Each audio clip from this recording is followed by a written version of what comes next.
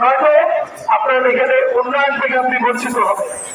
অনভিজ্ঞ নতুন যার সক্ষমতার এখনো কোন ধরনের প্রমাণ আপনাদের কাছে নাই, সেটা কিন্তু ভবিষ্যৎ কথা বলবে।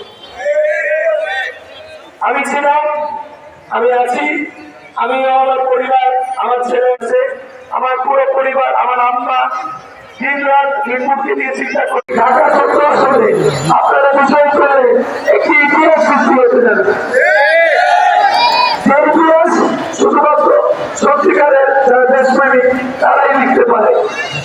আমি মনে করি আপনারা আপনাদের মূল্যবান ভোট আমাকে নির্বাচিত করলে আমি এসেকালের পরিবারের পক্ষ থেকে নবম অর্থাৎ ৯ বারের মতো সংসদ নির্বাচনে অংশগ্রহণ করছি। এটা একটা রেকর্ড যে আপনারা বারবার এই পরিবারের প্রতি আপনাদের ভালোবাসা দেখিয়েছেন। তাই অন্য প্রার্থীর কথায় ভুলে গেলে চলবে না। যারা এই এলাকায় নবাগত, যারা নতুন এসেছে, যারা এলাকার রাস্তাঘাট মানুষ মুরব্বী কারোর সাথে তার পরিচয় নাই, সে ব্যক্তি এলাকায় ফেরার সক্ষমতা কতটুকু হতে পারে।